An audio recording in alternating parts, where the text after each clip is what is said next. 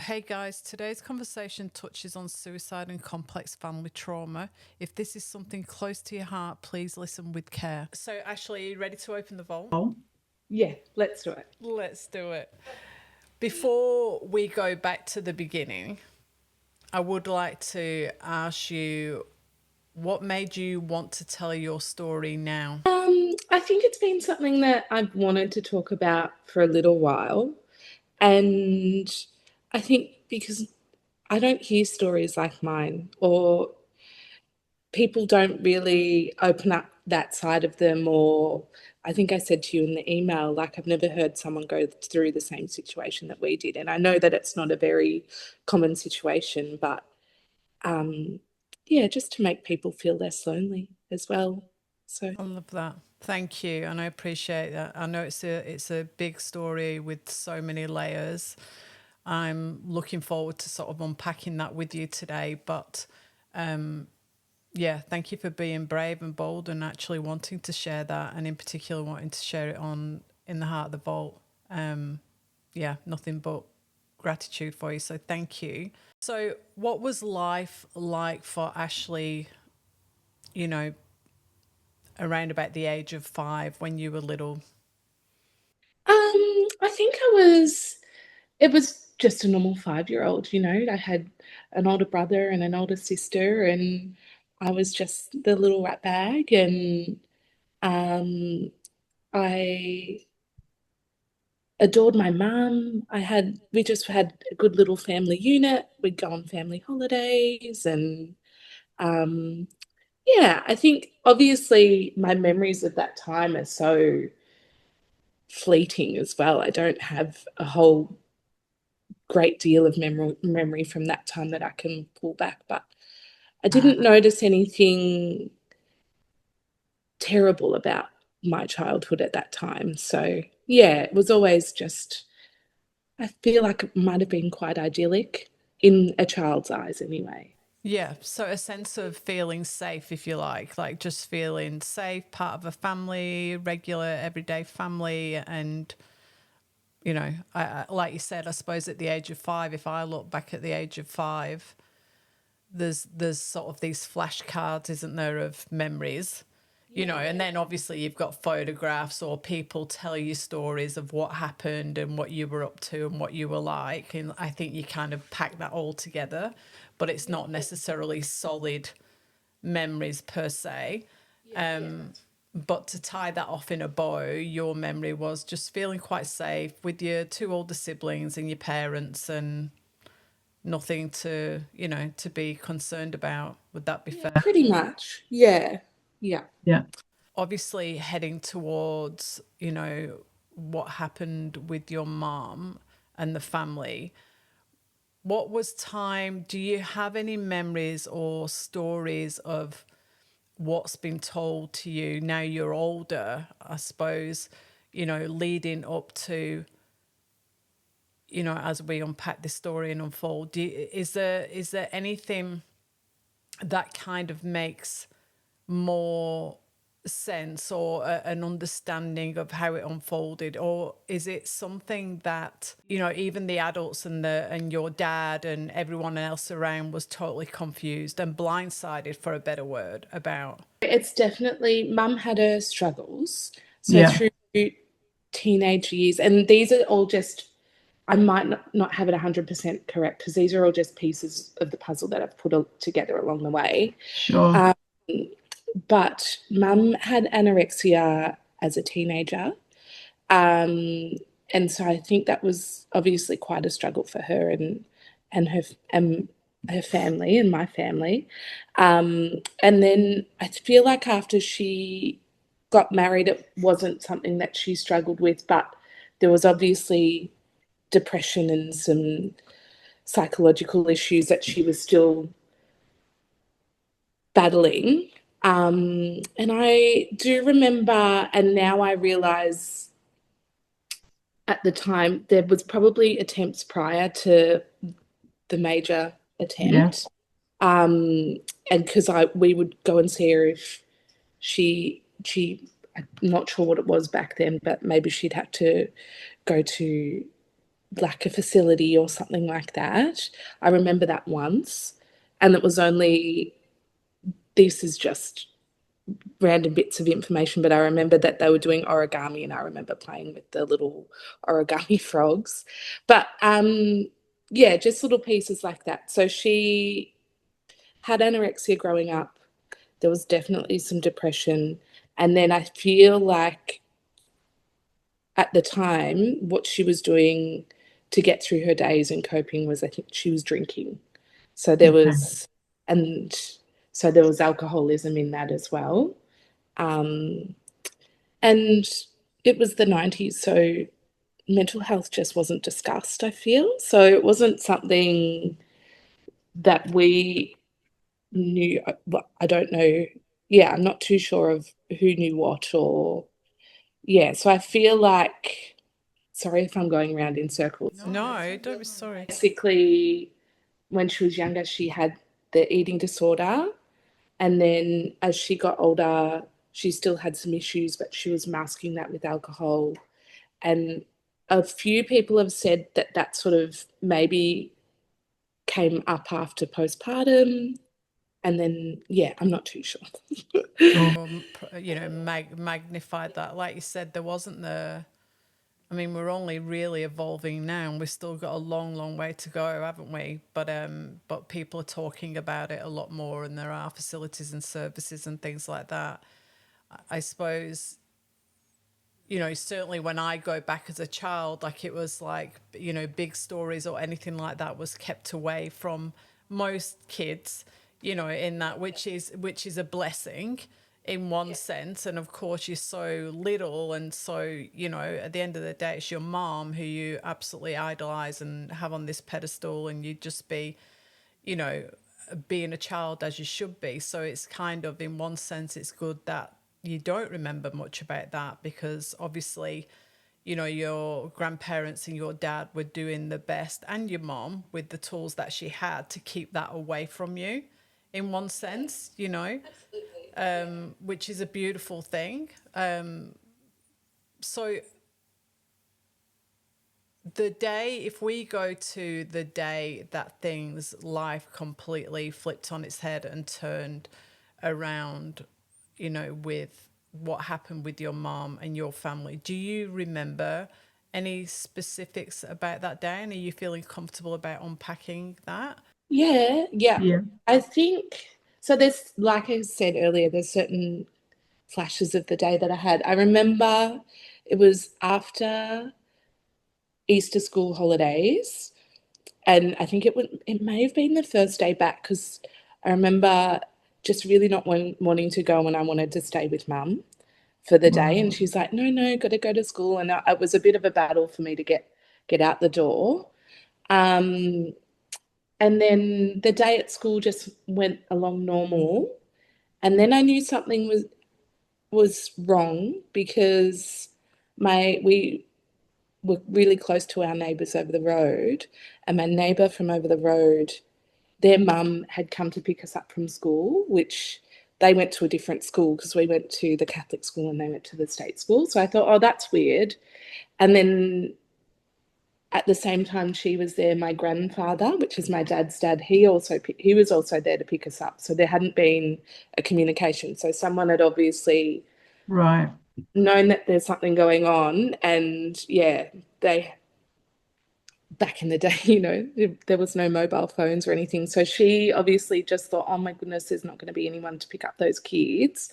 So she's gone to pick us up, and then, but my granddad was there as well. So we ended up going with my granddad, and my brother and sister were older, and I think, not sure, I'm not sure who wanted to, or we, something, I don't know what was happening, but he said, oh, well, we'll drive by the house. And I remember there being an ambulance out front of our house. And I thought, oh, okay. And like, as a little kid, you're like, that's not right. And obviously being quite innocent as well, I just said to my grandparents, I was like, oh, is it like something's happened? I was like, are we going to be on the news? And they were like, oh, no, no, we won't be on the news. And then that night we just stayed at our grandparents' house because Dad was obviously at the hospital. And that's really all I can remember from that day. I think I was don't think it was that exact day, but um, yeah, there's just little pieces of time. But I remember Dad at some point through that week having to sit us down and say, Mum's really not well and she won't be able to come home. So that's all in that area. That's all I can think of. That's I mean huge though, because as a child, like it's, I don't think you ever imagine, you just don't, do you? You don't even have the capability or no reason to understand. You just assume that your parents are going to be there, mom's going to be there when you get home from school every day. And to actually be told that mom's not coming back, she's not well and she's not coming back is, I don't know how a 7-year-old actually processes that. You, you know, I because did. I really didn't. And then I'm not sure how long it was, but they let us go see her in the hospital. And I can remember her being in intensive care and having all the tubes, and she even had the trachea tube in there. And then it was obviously a big recovery because no one knew the extent of her injuries and how she would recover. So, yeah, then our childhood was just watching her try and recover from this, but not obviously fully recovering from this. So, so with when you've gone to visit your mom, and obviously for our listeners, perhaps not explaining how she tried to do that just out of respect for everybody else, but your mom tried to take her own life by suicide and obviously lay in the hospital bed, and then you and your siblings and your dad going to visit your mom. They've told you she's not well, but are you recognizing that or feeling that this is a little bit different? This is not unwell. She's not laying in bed, with a cold, like with a virus, or how a little child can process that. Are you understanding there's more to this, or still totally oblivious? I think to an extent, I knew that she wasn't well because she was in the hospital and I could see the state that she was in. From the pieces of what I've been put together is her body, she had a cardiac arrest and then her brain was deprived of oxygen for that extent of time. And they've been able to do what they can do to bring her back. But because of that lack of oxygen, she's got brain injuries from that. Um, but I knew that she wasn't well. I didn't comprehend the fact that she couldn't recover from it. I thought her being in hospital and the doctors looking after her, she would get to a point where in my head, that she wouldn't be sick anymore and she'd just come home and be our mum again. Yeah. That's, yeah.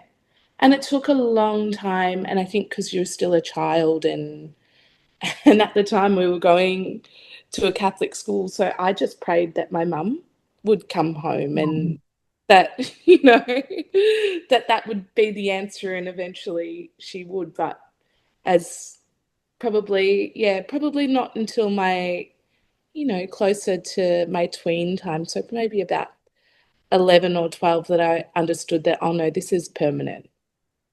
So it took a lot of time. And I mean, because as a child, which is such a beautiful thing, like we just have so much hope, don't we? Because no one's there to squash it and tell us otherwise. Really, normally, it's only as you get older and people like to squash that out of you, and social influence and all of that. So it is such a beautiful place. And as you said, being a Catholic and praying that your mum comes home is, so innocent and so beautiful. And, again, like hopeful that that does happen. But, understanding that even the medical field didn't understand the extent of her injuries and the permanency of that as well. How old was your mum at the time of? At the time, good question. She would have been, oh, how old? I feel like she would have been about 35, so probably the same age as me now, essentially. So, So still so young. You said by the age, it was about the age of 11 that you started to feel and understand that she wasn't actually coming home. yeah. Had there been more conversations as I mean, obviously your siblings, what's the age difference between you and your siblings? Pretty close. So there's 3 years between my brother and myself, and then 2 years between my sister and myself. Yeah, so I would have been 7. My brother would have been 10, and then my sister would have been 9. Yeah, wow. And so, sure, like from the three of you, especially the older two, I would imagine there'd be more questions circulating and different personalities as well. Like, not necessarily all three of you wanting to ask questions. Some kind of, was the pushing it away, not really wanting to know. Did you understand those dynamics at the time? I think so. Honestly, we sort of knew not to ask. It was Right. back in, yeah, again, back in the 90s, we knew that it was just a tender topic, and there was still a lot of shame around everything that happened to mum. So, um, yeah, we just knew that, okay, well, that's happened, and we didn't really ask any questions. I feel like my brother had a bit more of an understanding of what was going on prior because he was that little bit older. Yeah. Um, and he'd obviously, witnessed and experienced things that I can't remember or wasn't involved in. So, yeah, I feel. Do you and like at that time, as you were growing up, did you and your siblings have conversations about it sort of in private? Or was it the same across the board? Was that communication just out of sight, out of mind? Not as blunt as that. I don't mean so direct as that, but kind of just pushing it down. If we don't talk about it, it's not really happening. I think so. Yeah.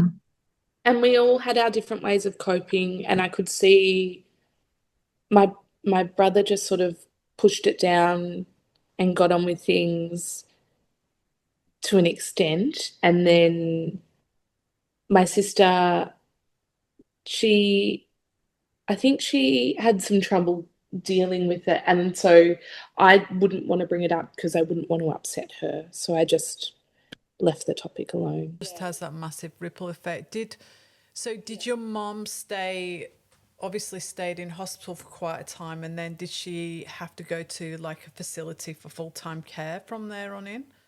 Yeah, so she was in hospital.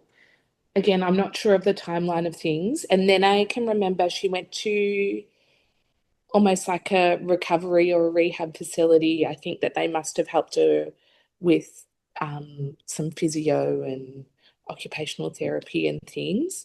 And then at that time, there wasn't much to offer disability. So she actually went into an aged care facility. Wow. Um, my nana, her mum, was very hands-on with mum as well. So she'd try and have her at home as much as she could, but she did that for as long as she could because she was also older as well. So caring for someone with a disability, um, would take a lot mentally and physically. So yeah, and then I remember we would go to our grandparents every third weekend. So that was mum's family. And they'd have mum there for the weekend as well. So they'd have us and mum every third weekend. And I think that was their way of trying to have us as a little family. And I say that us, I say it was just my brother, my sister, and myself, almost like a divorce agreement essentially where, you know, the kids went to their mums for the weekend. That was sort of how it felt a little bit. But yeah. Let's talk about that a little bit more in with, you know, when they talk about the ripple effect of that. So, firstly, with your mom, did she, oh, say, did she, does she have an understanding of what happened in the first instance, what she'd obviously tried to do, and then the repercussions of that as far as the extent of her injuries? Like, does she know, like, how, how much of an understanding does she have? Like, how big is the disability that she has that she can't actually look after herself? Extensive. It's she's almost quite childlike. So um she knows her children's name and she knows that we're her children, but um from my understanding, I'm not sure how much she knows has actually happened, um, and why that is the case. So yeah, so physically, she's she can't really walk all that well, and now that she's getting a bit older, she's had some falls and things, and her speech is impacted, and just yeah, her cognitive ability is it's you couldn't sit there and have a conversation. Yeah, she's yeah. It's so sad for on so so many levels with that. It's when you first got in touch with me, which I'm super grateful that you did, and you're so right. Like we are getting better at talking about death by suicide. Like we are getting better. I think we've got such a long way to go, and as you know, in the Heart of the Vault, we have had conversations, and there are episodes where we've talked about that in different families and how it's been how it's affected them. But what we haven't touched on, and is very scarce that we talk about, is when their intention is to, of course, end their life, and that doesn't go according to plan, their plan. No, certainly no one else's, but their plan. And so the repercussions of that, obviously me not knowing, much about that and not being affected directly with any of that, but sort of standing on the outside looking in, going, here's your mom at age 35 with three beautiful children, so little still, and obviously feeling so desperate. This is how I would, and this is just my take on this. So, what would I know? But being so desperate to actually want to finalize things, you've got to be in a place where it's just nothing else, you know, you're just a point of despair and you can't see past that decision. And certainly conversations that I've had, like we actually had an episode, I don't know if you listened to one of the episodes where the attempt was there and it never went through, and then it was after conversations. Fortunately, Donna, I don't know if you've listened to it, but one of the episodes we talked about, she never anticipated the after. It was just, this is how it was going to be. And also a mom herself. And fortunately for Donna, she's gone on to have an incredible fulfilled life with a purpose, and she's turned this horrendous pain into purpose. But she never anticipated it going that way, which is I can't speak for your mum, and I certainly, I can't speak for any of you, but I would imagine that's what the intention is. Like, that's it, it's final. And so then what you said beautifully when you reached out to me was the grief that no one talks about, because your mom is still there, very much so there, but you, like your grandparents, like you said, they had, you had to have your mum over every 3 weeks and try and you'd just be desperately trying to clutch at straws and keep everyone together as best you can, but they're grieving their daughter of how she should be, watching their little grandchildren grieve their mom, probably unaware at the time as you're little and not really understanding it, but they well and truly do, and trying to hide that pain and mask it as best they can without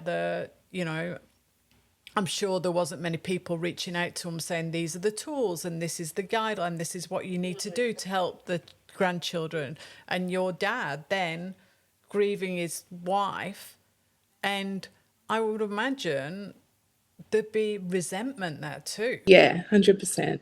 Like, what the hell? You've actually left me to deal with this. Like, do it would be this push pull, like horrific, horrific. And then, but still wanting your babies to live out this beautiful childhood that's, in a flash has been stripped from them. I had no choice but to grow up in that moment. Hence, they pushed it all away from you to try and protect you. So, like for you, how have you worked? And we'll talk about it in a moment as well, because you're now a mom, and that, gives you a whole brand new spectrum on everything, scope, should I say. But how as you got older and you're going through adolescence and you're all these milestones, like leaving school and, your first job, your first boyfriend and all of those things, how did that show up for you? Or did it just became your norm? Like it just became our norm, and because it happened at such a young age, I definitely realize now that there was grief there, but it took time for me to get to that point to understand that that's what I was going through. Um, and by the time we hit adolescence,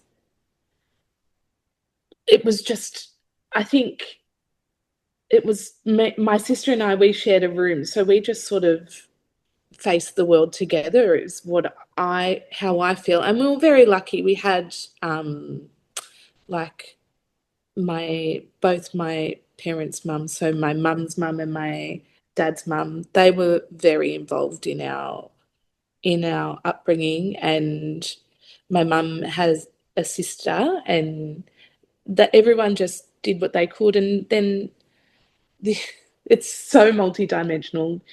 Dad had partners as well, so I think we just pulled pieces of a mum where we could. Um,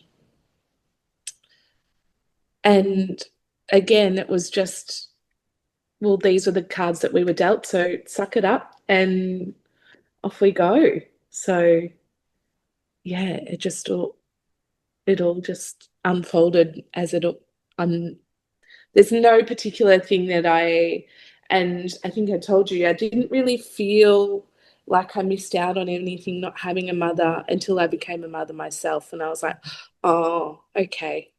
Yeah, I actually needed her a lot more than what I'd realized. And then becoming a mother as well, I still need her.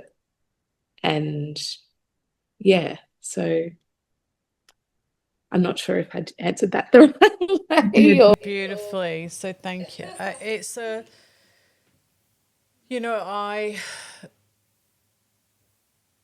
I with being a mom myself, like I was fortunate. I had a great childhood. Just no complaints. I had a great childhood. It was incredible. But also there was less conversation. Like, I think we've evolved. Our kids, and yours are still so little, but even your two oldest, what are they, 4 and 5 now, or 3 and 4? I've got a 4-year-old, 2-year-old, and a 12-week-old. Yeah. So Addison being the oldest, correct? I've got that right, haven't I? And so you will notice with her, you think, oh my, how do you know this? Like, how do you know? They just know so much more. And we're trying as parents, like mine are 19 now, I'm 14, and I'm trying to like just, they know so much, they teach me so much, but I want them to stay childlike for as much as possible, you know? And you think with, you know, with you as a mom now, and what I say to my kids, like I had that and I was blessed with that, but I still always lead with, if my kids are having a moment, whether that's a meltdown, whether it's, you know, obviously, I don't know if you're aware, but we lost my husband in a fatal accident a couple of years ago, and whatever it is, but I lead with, what mom do they need right now? Who, if I was that child, if I was them, who would I need right now? Do you know what I mean? So it's like everything's, I mean, be careful what you wish for, because everything's up for negotiations and there's nothing off the table, and there's like conversation, we talk about everything and anything. Yeah. Where when we were younger, it was because I said no. I just said no. Yeah, exactly. No explanation. You're just like, oh, you know, like this frustration. Or, yes, you can. There was never a maybe. It was usually yes, no, done. You know, where now it's like, well, you know, you're almost like just back and forth, and it's because of this, and you know, it's that's dangerous, and the reason why I think that's dangerous, and we just sort of set ourselves on this, you know, and you'll get that more and more with yours. But you know, going back, like you said, there wasn't, it was just that, well, we just suck it up. These are the cards we've been dealt. And you know, so many blessings as well that you had a family that were able to step in and support, because it could have been very different as well. You already had enough going on. Blessed that you had those mom figures and more father figures, and, you know, there to sort of pick up the pieces for you. But there's a lot to be said about pushing that down, isn't there? And how it can show up. And in particular for, like you said, with being a mom now, you're like these ha-ha moments of, right, I get it. And or I would imagine different as the girls get older, different senses of sadness, or maybe even resentment of going, gosh, you know, they're going through this first, they're about to start, you know, Addison's about to start school. And of course you had those moments in time with your mom, but it's then what comes after the age of 7, you know, as the girls get older, you know. Yeah. So how do you manage that? Like, how do you know, how do you manage those emotions being a mom yourself, and understanding and recognizing what comes up for you? Um, I think the way that I look at it is, when I get to those stages, that I get to do the things that she didn't get the opportunity to do. So I try to um not take them for granted. You know what I Yeah. mean? And try not to be as hard on myself, because I'm doing it for the first time myself, and not having someone to, just call and be like, we're going through this. What would you have done? Or, it's Yeah. that that part that feels a bit sad. And I feel like I almost got, once Addie was born, and it was COVID time, and everyone was a little bit crazy anyway, but I sort of went through that second round of grief where it just really hit me, the fact that I really that's probably the time where I really felt that I didn't have my mum, because I needed someone to, you know, pick me up off the floor and help me. You're sleep deprived, you're learning how to feed, you're learning how to look after this little human, and you didn't get the support that you would have wanted, to someone to come and wrap you up and nurture you a little bit. So Yeah. of course. And that's it's all a bit daunting, isn't it? Anyway, that first time, I mean, like you said, during COVID as well, which you know, I would imagine, you know, feeling so you do feel quite isolated anyway when you have your first. It's all the unknowns and the first, but then to actually have COVID on top of that, as in, you know, you weren't isolation was at its core for everybody and anybody across the globe. So it gives you that extra layer. But on, you know, for the first time ever, you're a mum, and then, you know, sort of recognizing that your mum's not there, and certainly not there in the capacity that you would want her to be there. You know, it's it's sad. Yeah, yeah. It's so has, you know, I just we did touch on it a bit before, but has your mom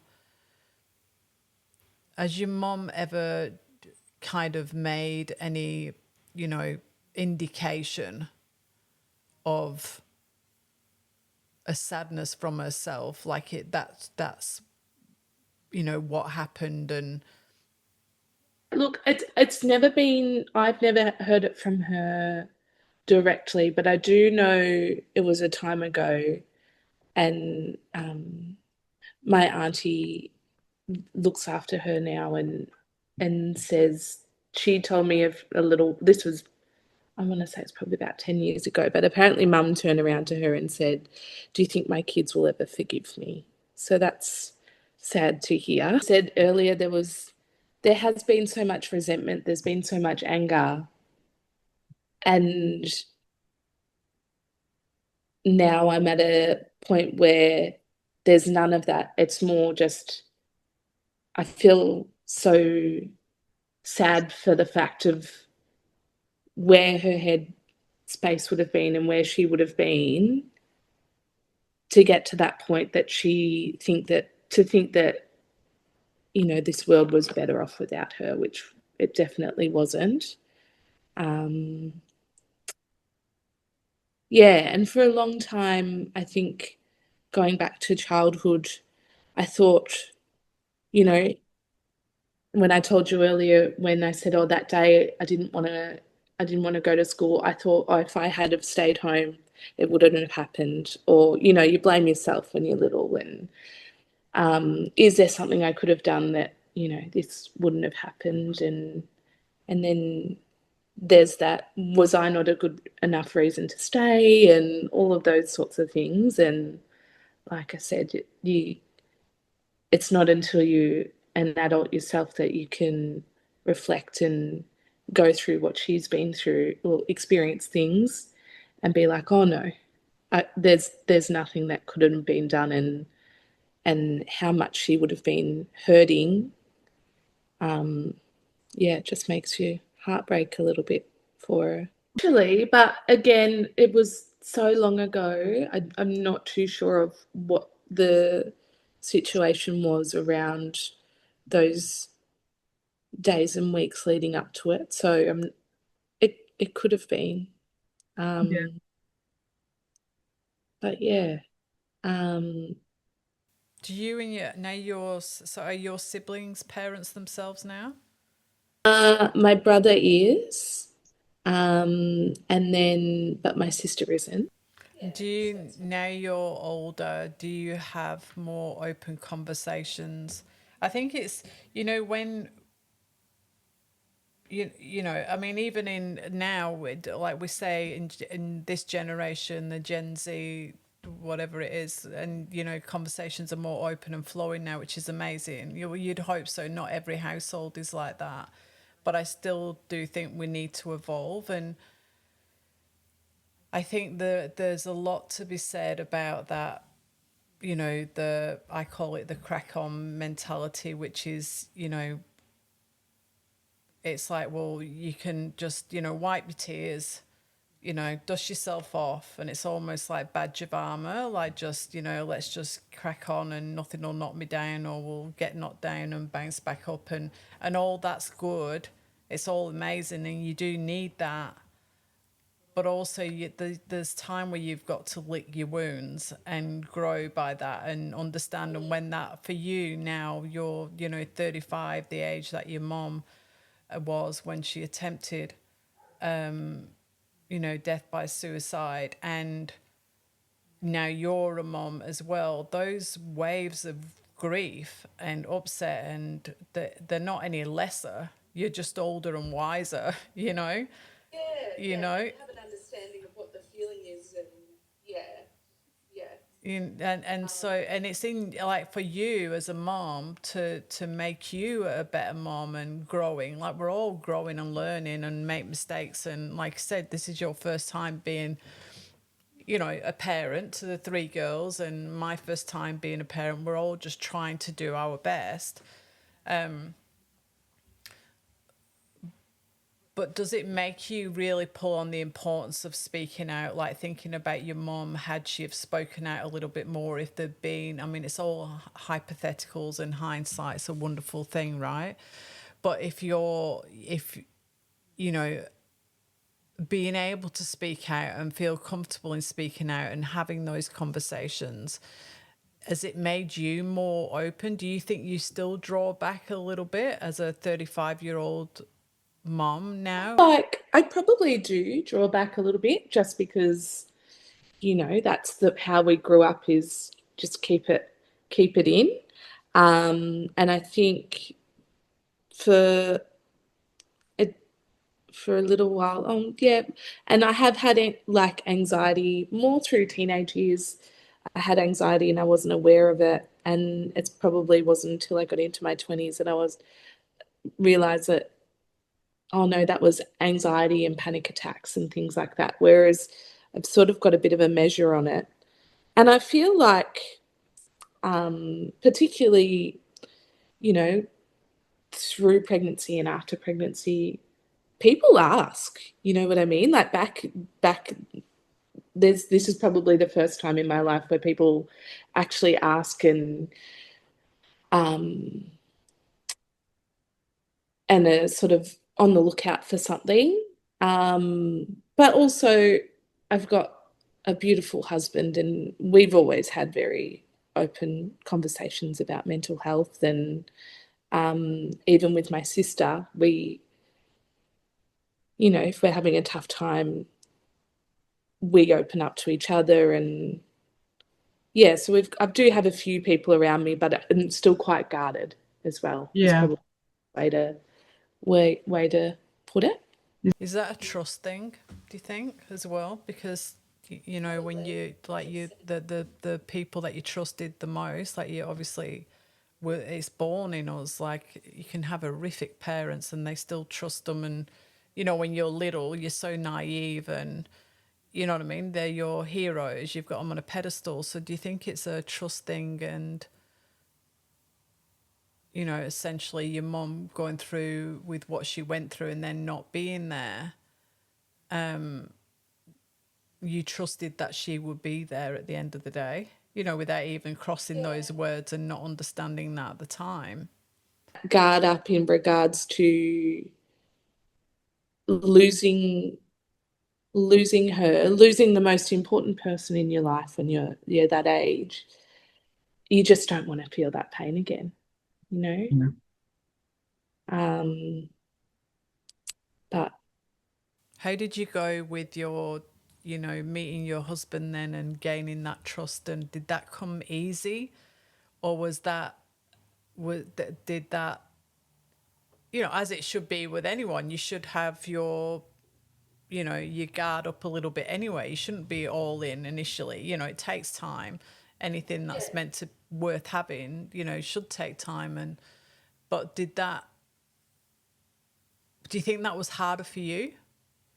um, in we actually we have a very, I feel like potentially we've trauma bonded. Because my husband grew up without a father. So he has an understanding of the way that I grew up, and I have an understanding of the way that he grew up. Yeah. And I think from that, maybe that shared trauma, we've let our guard down with each other and realized that, you know, um, We just get each other. You just sometimes no words are needed. You just get it. If there's, you had absent dad, and obviously the same with your mom. No two stories are the same, obviously, but it's someone who gets it. It's like someone who's been through grief. You just know, you can spot them a mile. They just get it. You don't necessarily have to sit there and workshop it and pull it apart, but that I would imagine that's certainly built a platform of trust for you and your husband, which is a beautiful thing, right? Doesn't mean that you're both carrying this heavy trundle into your marriage and you've kind of unpacked it in the early days, but understanding it may come up, and it probably will, you know, forever and a day, and that's okay. met each other quite young. And so I was away, I was up in Queensland for uni and he was up there too. So for a long time in our relationship, well, even now, like it's always just been each other, like we've always just had each other. So Yeah, we've, beautiful.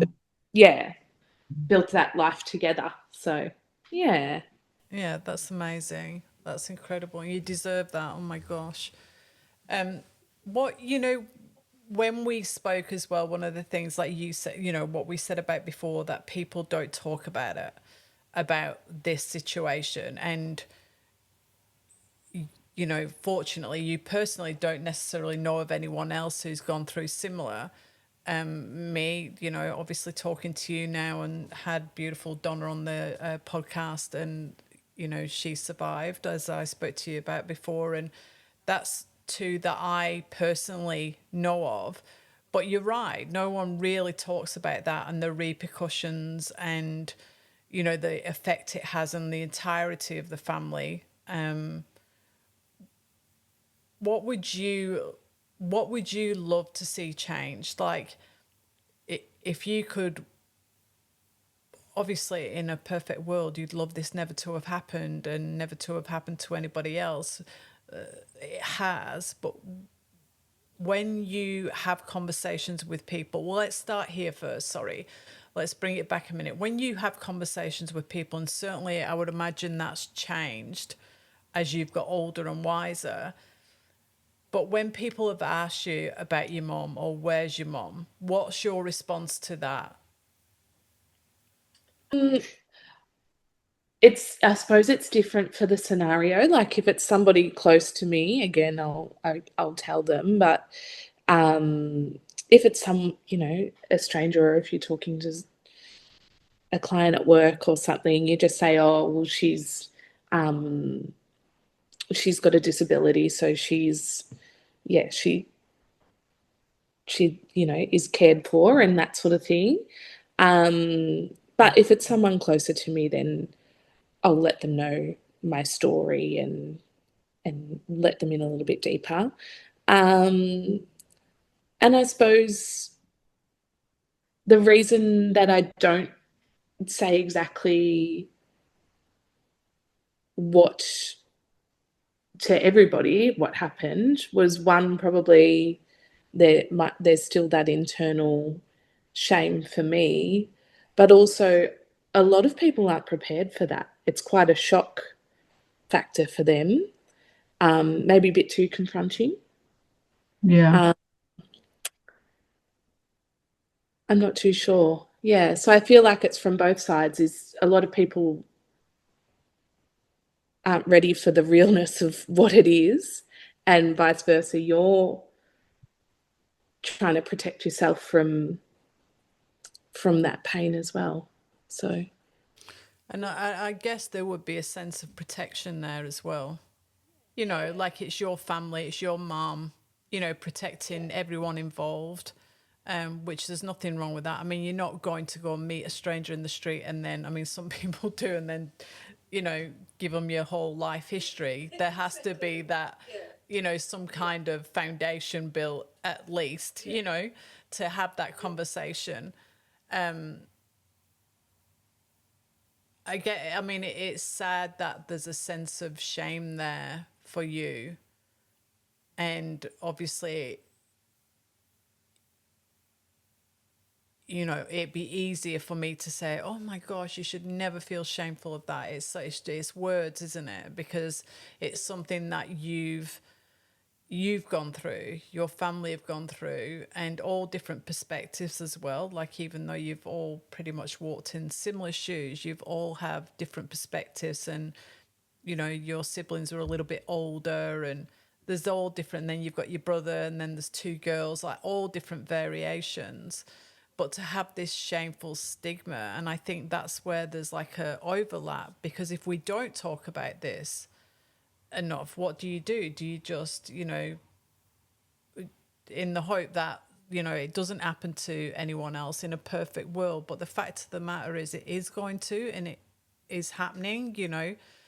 But for someone actually listening who's gone through similar, not feeling so isolated, because I would imagine it was so isolating for you as a family, for your brother and sister, but also for your dad, for your grandparents, you know, your mom's sister, and everyone involved, because you're not wanting to speak about that. I mean, my mom and dad, my mom would be like, no, I don't tell them anything, because, you know, it's private. And it's like, Mom, have that conversation. It's like, it's offloading. It makes you feel lighter. You know, it's not that, as my kids say, it's not that deep, you know, like and that'll just be something, it isn't that big a deal. So for you to carry this so massive, what would you, if someone's listening today to this podcast and they've been through similar, or they're going through something similar, or let's put it out there, like someone who, you know, awful, like is really, really, you know, got the world at the feet, they're feeling really heavy, and it might be a contemplation for them. What would you say in that situation? Like, what's the first thing that comes to your mind? How would you hope conversation around that would be now compared to how it used to be? I think the biggest thing is communication. And so going back to when I was younger, people thought that they were protecting us by not giving us the answers and not giving us the truth, or not letting us not letting us know what was happening and what was actually going on. Whereas that wasn't the case, because we were trying to then make up what was actually happening in our little brains that weren't ready to understand that scenario. So I think just real conversations in a way that children can understand. But then when you're talking about the role of, you know, my mum when she was at that, you know, in that desperate state, is that the the outcome from it is whether how do I put this? I don't know how to put it, but one, I don't know, things can always be worked out no matter how hard it gets. Two, what you're trying to achieve in regards to ending a life doesn't end anything. It doesn't end the pain, because that pain then ripples through everybody. It ripples through your family, and it ripples through generations as well. And when someone is trying to end their life, there's life and working through it, and then there's the end of their life. But then there's that grey area that you could injure yourself to a point where you now have to live a life that you wouldn't want for yourself and nobody wants for you, you know. I'm trying to put it in a way that's it's hard. It's such a difficult It's real. You topic do. to talk about. It's very real and it's very raw and but yeah, this definitely isn't the one. It's not a life that I've believed that my mum would have wanted to live, and two, it's amazing that we had her, but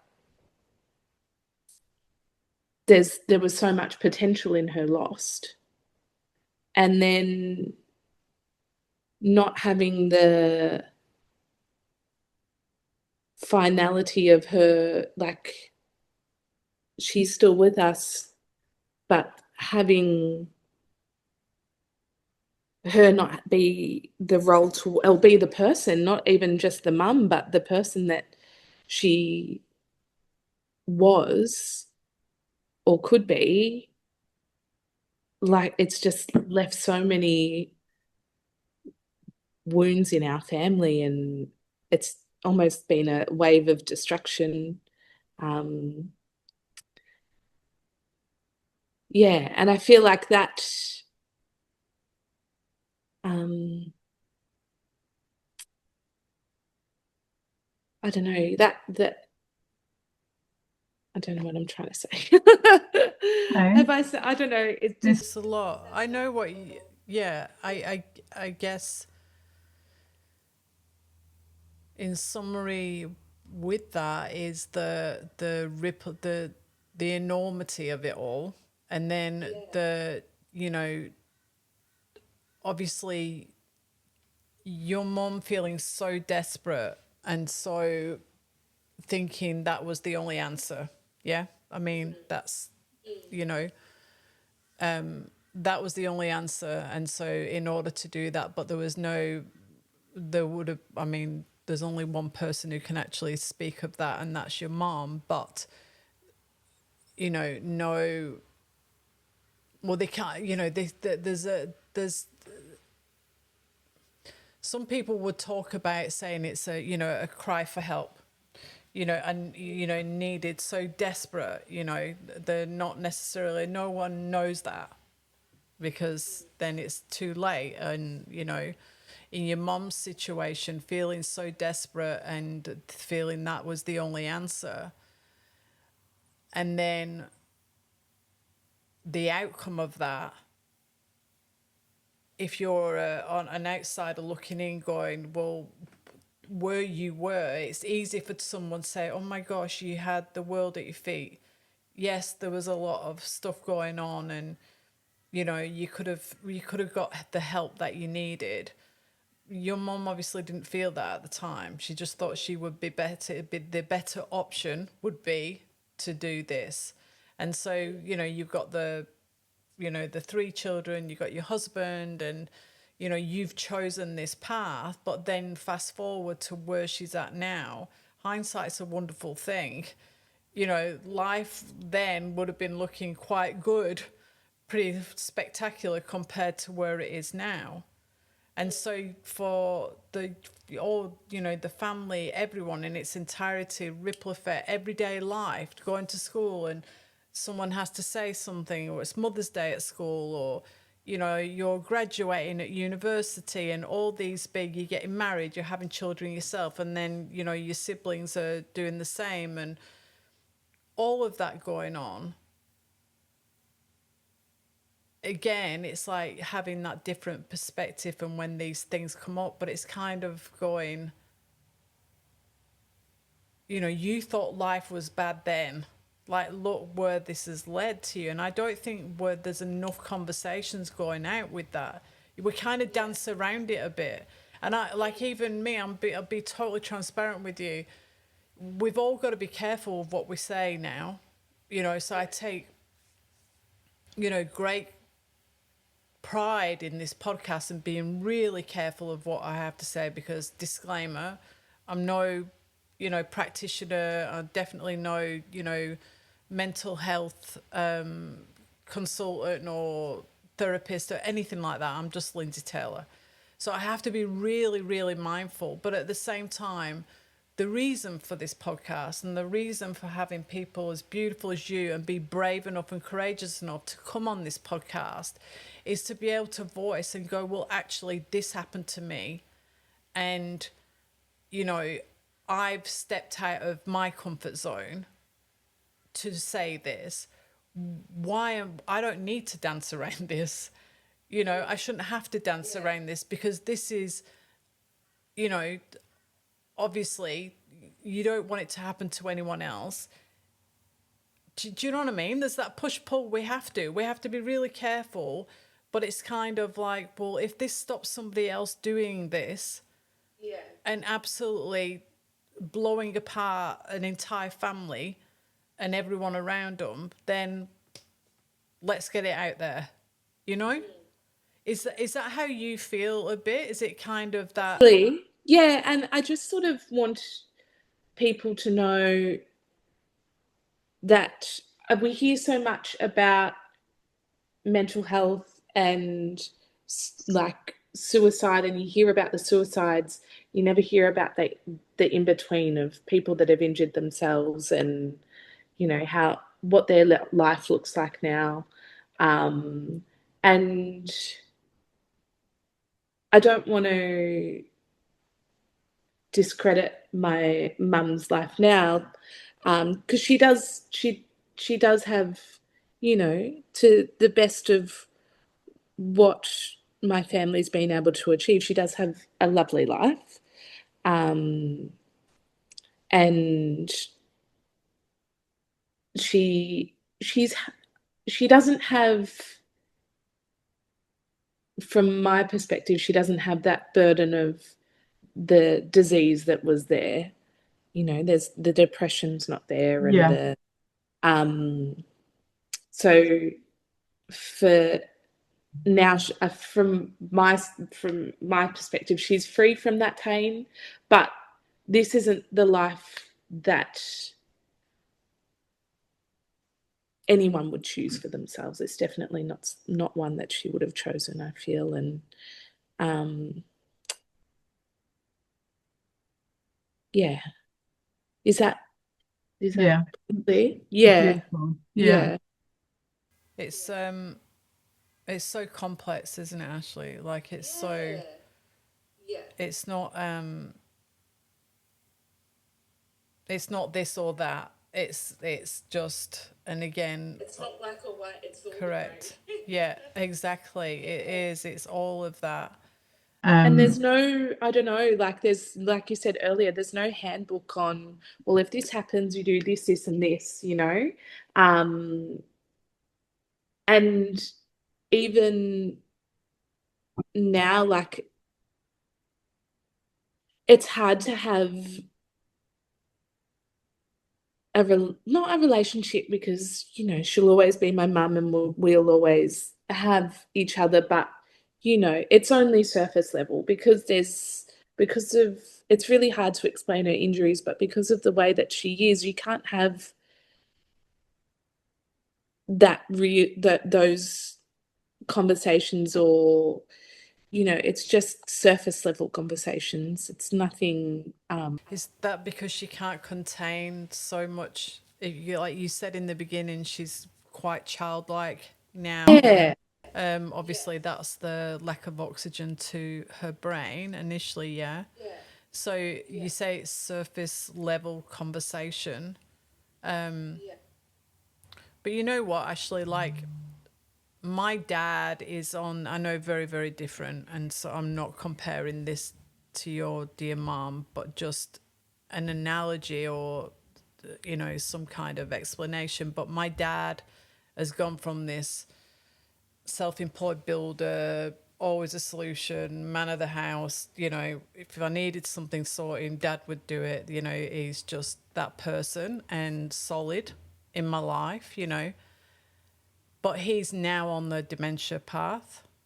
Really significantly big changes, in particular in the last 6 months. I would say since we lost Glenn, more so, because trauma, you know, all of that. And then, you know, the fundamentals have changed, because when he comes over now, obviously he's not here and things like that. But what I'm getting at with that is my conversation with my dad now is so different.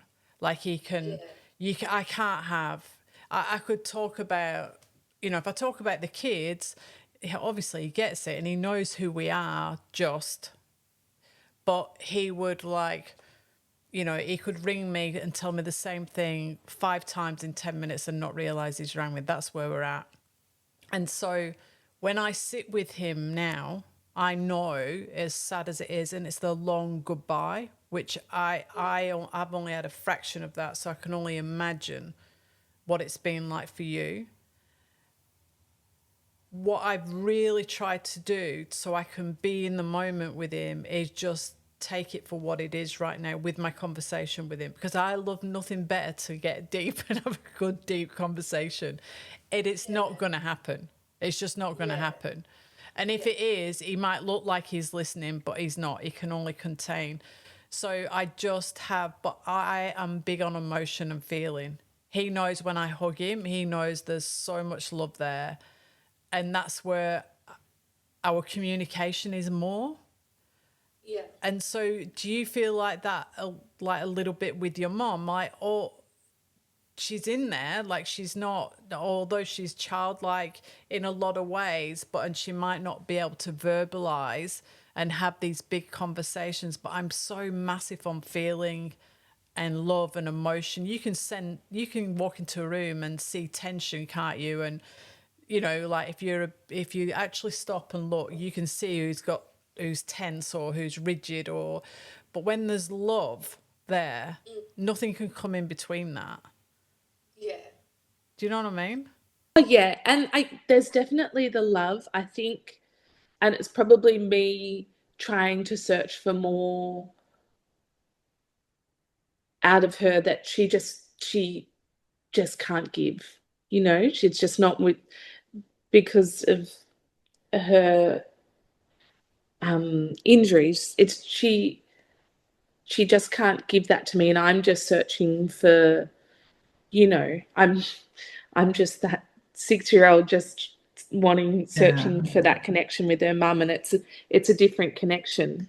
But there's definitely, like, over the years, there's glimmers of her, like what I said earlier when she said, "Will my kids ever forgive me?" Or, yeah. And I think on my wedding day, actually, my auntie told me the day before, she's like, "Oh, I'm just feeling really nervous." So Oh, then I'm just like, "Oh, okay." So there's obviously that yeah, that connection to me that she still feels. yeah. But yeah, it's just Do you have therapy or anything to, like, have you needed it or do you continue to? we have, like, just as a family. I remember when everything went down, we did it, and I've sort of been in and out of therapy here and there Yeah, as I've needed to. yeah, When I feel like I need it, I'll go, and then yeah, sometimes I'll lean in and lean out. But I've sort of gotten to the point where I know when I do need it. Do you know what I mean? I sort of have the skills now that I'm going, oh, okay, it's all getting a little bit too much. I can do this, this, and this, and that helps me pull through. Or if I can't pull through, I'll be like, okay, I need to go see yeah, someone and have some discussions. And also, it's a different, someone else's perspective who's not emotionally attached to you. So they're not there to fix it. There's only you can do that, but they can give you the tools that you need at that time. And so I think sometimes, like, even I'm the same. I opt in and opt out. We have an incredible therapist. I love a deal, and she'll call me out on stuff as well, which is what I want. But I wouldn't get much out if I was going all the time, because I'm one of those people who needs to process and sit with it for a while. Do you know what I mean? So, do you feel like that's similar with you? Like you said, you can sort of tap in and tap out. Yeah, I think so. And um, like you said, need to sit and process it and sit with it. And also with things that happen, you sometimes just need that emotion to pass to look back on things to have a bit more perspective on it all. But Sure. I will say the last time I went to therapy, which wasn't long ago, it was probably it was when Flo was born, a bit after. Um, it made me. I had a conversation that's really given me some insight where I'm also glamorizing a relationship there with my mum that might not be the way that I thought it would be as well, with someone with her history of mental health and, everything that she's been through. If she was our relationship could have been pretty volatile as well. So you just you don't Yeah. know, It's really. It's the unknown, isn't it? Yeah. Yeah, that's really informative what you just said right there, because that's exactly, you've got those 7 years to go by, and even that would be fragmented because you're just young, and then you kind of you would see kids with their moms as you're growing up, and you kind of grasp on that and pull on that, and ideally what that would look like, and none of us know. But you wouldn't understand that as a little child. And then as you've got older, you're at that stage now where you're a mum and you know how you are with your girls. So it's another level, you know. Well, I'm like this with my girls. I've obviously got that from somewhere. So was my mum like this? And that's not always the case. You can have the shittiest of parents and still be incredible parents yourself, an incredible mum yourself, an incredible dad. It's not always the case. You can break that cycle and that chain and make you want to be even better. But it's your perspective. It's your perspective of everything that happened and unfolded, and more importantly, and just as importantly, should I say, is everything that did happen, and that hasn't happened. That you've got to witness. It's actually a really silly question, but I'm going to ask it anyway to see how this shows up for you, because I'm not sure how you would actually get any peace from it. But do you feel that you're at peace with what unfolded? I think so. I feel Yeah. like I am. And like I said, I feel like it wasn't until I became a mum myself that I understood it to a point where how much pain she must have been in. Yeah. Like how painful, because nothing like to think that you could go the next day without seeing your babies, Mm. seeing my kids. I couldn't imagine the depth of despair that she must have been in. Yeah. Um, and I feel like that's probably where I've gotten to my peace, to be like, oh, like I said, my heart just breaks to think of how much pain she would have been, and you know, you I would have given in anything to try and take that pain off of her. Um, but yeah, I'm definitely at a point of peace with it. And the other side of it being that everything that's happened to a point now has given me what I've got and made me who I am, because it has happened at such an early stage in my life. I wouldn't be the person that I am if this hadn't happened to me when I was so little. Those three beautiful girls, lucky to have you as a mum. I wish you all nothing but the best. And yeah, thank you for coming on In the Heart of the Vault. It's okay. Thank you, Lindsay.